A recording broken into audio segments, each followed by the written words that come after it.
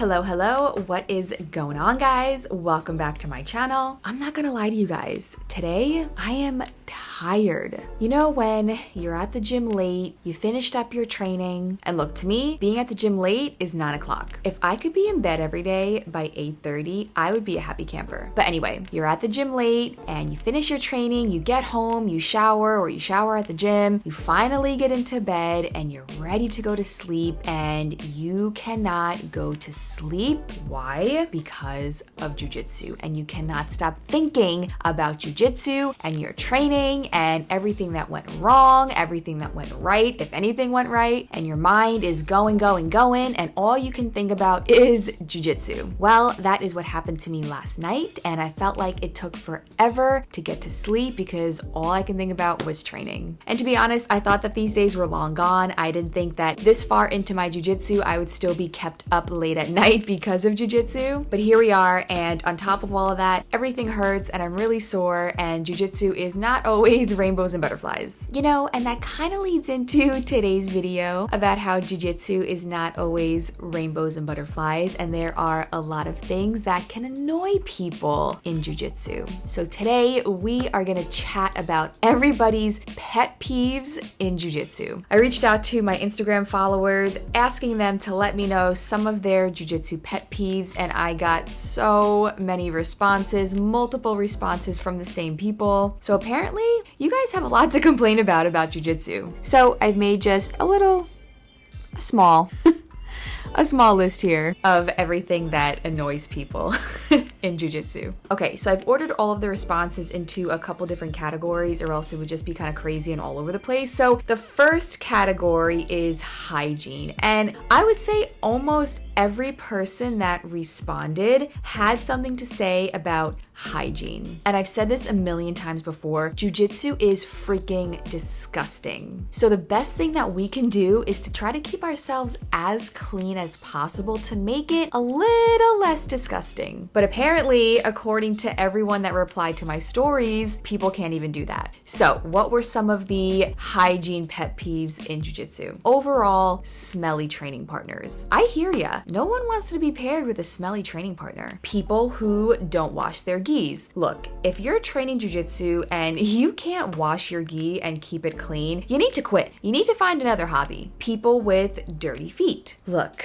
feet are just all up in people's business in jujitsu. We are obviously barefoot the whole time. Our feet are in people's faces. There are submissions that involve the feet. I personally love them for some reason, even though I hate feet. I love toe holds. Keep your feet clean, please. And that includes keeping your toenails trimmed and keeping your toenails clean. This person doesn't like rolling with people with dirty hair. And I don't blame you. If you have a grease ball on top of your head, freaking wash it. If you stink, wash your body. This person is annoyed when someone wears a gi that's completely yellow with sweat stains on it. I'm in complete agreement. If your gi is so stained from your own sweat, do yourself a favor, do every training partner in the room a favor, throw that gi out and get a new one. This person is annoyed by long nails and makeup. I agree. So about the nails, not only are they annoying, but they can be dangerous. If you have long toenails, if you have long fingernails, and you not just scratch your partner, which is annoying, but if you poke your partner in the eye because of your lack of clipping of your nails, I don't know if they're gonna forgive you. So do everyone a favor, keep everyone safe by just keeping your nails short. I'm sorry, ladies, if you are used to having long nails and you're thinking about jujitsu, or you just started jujitsu and you still have your long nails, you gotta chop them off. You do not wanna poke your training partners in the eye with your nails. And then as for the makeup, I agree with that too. Now look, you can wear as much makeup, obviously, as you want, but if you come in the gym with a full face of makeup, caked on foundation, and then you go to roll or drill with your partners and your face is smashing all up in their gi, your makeup is gonna get all over their gi, and no one wants to walk off the mat covered in someone else's makeup. That happened to me in my first ever competition, and I had this girl's foundation all over the sleeves and arms of my gi, and it's gross. So if you wear a lot of makeup, just take it off before class. That's it. This person is annoyed when people don't care that they're bleeding and and keep on rolling. Yeah, I mean, look, if I get scratched, if my nails start bleeding or something starts bleeding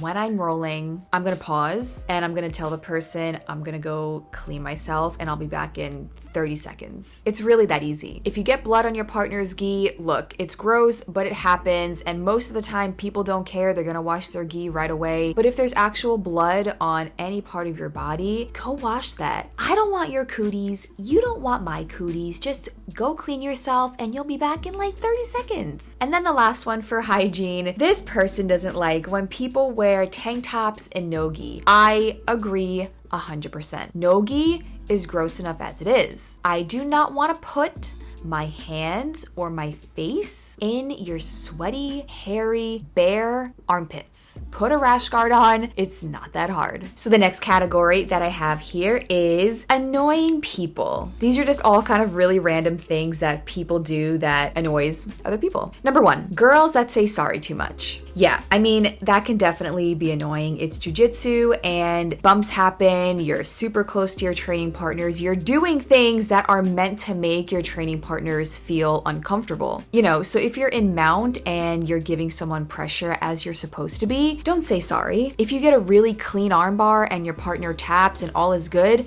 don't say sorry. You got a clean, really good submission. But if you're rolling and your legs are flailing all over the place and you knee your partner in the mouth or you kick your partner in the eye, that deserves a sorry. But for all of the normal jujitsu-y things that we're doing in class, we don't need to say sorry a million times. This person is annoyed by people rolling in t-shirts. I'm with ya. Wear a rash guard. They're supposed to be tight. I don't need my fingers and toes getting caught in your t-shirt. This person is very annoyed when someone asks to roll 2+ times back to back. I mean, I guess so. You're there to roll with all different people, right? And I guess if you really don't like someone, you really don't want them to ask you multiple times to roll. So I hear ya. Then kind of going along with that, this person says repeatedly asking someone to roll after they've already said no. Yeah, I mean, if someone just flat out says no after you've asked them to roll, I wouldn't ask them to roll again. This next person is annoyed by individuals who try to lock down a position and stall out a round. Yeah, I don't know if anything is more annoying than that. In competition or just in the training room, especially in the training room because it's meant to be a place where you can try out different moves and not just stay in one place the whole time because you're scared to move or you're scared that you're not gonna win. So yeah,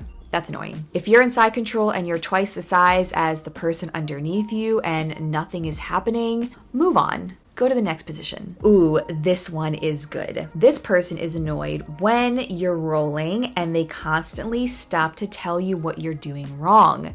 This person prefers you to do that after the roll. I could not agree more. I get really annoyed when someone is being, just in general, too chatty during a roll, and I get even more annoyed when someone is telling me what I'm doing wrong or they're coaching me during a roll. And a couple people had the whole coaching thing during a roll under their list of pet peeves. When the roll is finished, I will absolutely listen to the critiques that you have. And a lot of times I ask people what I did wrong here or how did you do that there after the roll. For example, last night I was trying to finish an inside heel hook and I didn't quite have the right positioning. And when the roll was over, I asked my training partner, like, what were you doing that made me not able to finish it? And what were you feeling and why weren't you tapping? And he told me, and we had a good little conversation after the roll. But thankfully, he's not the kind of training partner where when the time is still going, I have the heel hook locked up, he's gonna sit there and be like, hey, you're not gonna get this because I'm doing this and this. Leave that for when the roll is done. Let your training partners figure things out while you're rolling, and then when the time runs out, you can help them out. This next person is annoyed when you tap to a good submission and then having your partner rub it in your face. You know,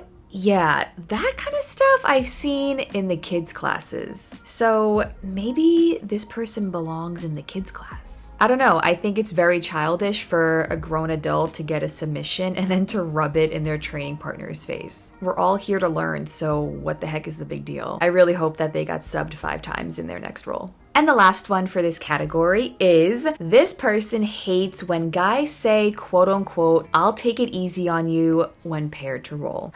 I hate that. You know what I also hate? When guys say, ooh, don't hurt me. Or don't beat me up out too much. Like, shut up. Can we just freaking roll? To be honest, most of the time, I think the guys that say stuff like that truly underestimate how technical and how powerful women can be. So yeah, they're just dumb. And for our last category, I've named it baby white belts. A lot of you guys had things to say defending white belts and annoying things to say about white belts. So the first pet peeve defending white belts, this person says, making fun of white belts for asking questions or needing extra help. Who is doing this? If you're making fun of newer people for asking questions and needing more help, go home. Like, you don't belong here. I ask a million questions and I always need extra help. The problem is if you're not asking questions and if you're not asking for help when you're doing stuff, that's where you're going wrong. This next person says they are annoyed by people who beat up on white belts like it's a competition instead of helping them or teaching them. Yeah, if you know that someone is brand new and you can feel what they're doing in a role and you can just tell that they don't know what they're doing, there's no reason to go at them 110%. That's when a little bit of coaching during the role I think is acceptable. If someone literally has no idea what they're doing, try to talk to them a little bit, help them out step by step just to make them feel a little bit more comfortable and just to give them a little bit of an idea of what to do. Now, if you have a white belt who you've seen around, you know they've been training for a little while and they're a little spazzy and you feel like they're coming at you 150% without any technique, feel free to beat them up a little bit. Those are the kind of people that deserve a little bit of a beating so that they can kind of learn to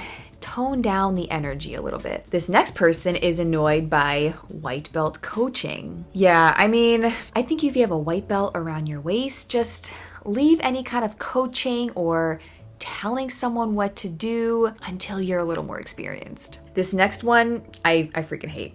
When people death grip you and never let go like their life depends on it. I put this in the baby white belt section because I feel like this is something that baby white belts do. They think that every roll is till the death. They think their life is over if they lose. And they think that if they let go of a grip, then everything is downhill from there. And most of the time, the people that have these death grips that they don't let go of, they're grips that don't mean anything. They're grips that don't actually have a purpose. But if this is you, if you have death grips that you don't let go of, you will learn.